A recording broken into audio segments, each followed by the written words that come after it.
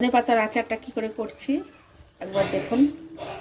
ধনে পাতার আচার করবো দেখুন। তো এক কড়াই ছিল ধনে পাতাটা, তো কড়াইয়ে দিয়ে একটু নরম করে নেব, তারপর ঠান্ডা করে একটু পেস্ট করে নেব।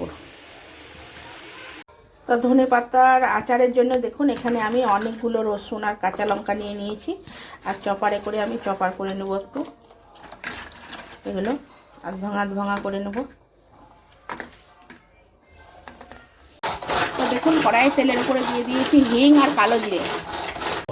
এবার এগুলো সব দিয়ে দেবো, রসুনটা আর কাঁচা লঙ্কাটা তেলের উপরে দিয়ে দিচ্ছি, নুন আর হলুদ। আমি দেখুন আমড় দিয়ে করে নিয়েছি এটা, আপনারা তেঁতুলের মাড়ি দিয়েও করতে পারেন।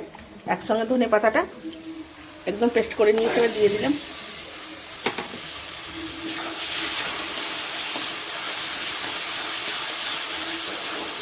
এখানে আমি আন্দাজ মতো একটু সামান্য চিনি দিয়েছি, আর এখানে দিয়েছি ভাজা গুঁড়ো দেখুন দিয়েছি। এখানে ধনে, জিরে, মৌরি, জোয়ান দিয়ে সামান্য শুকনো লঙ্কাও দিয়ে এটা করা আছে, সেটাই আমি দিয়ে দিলাম।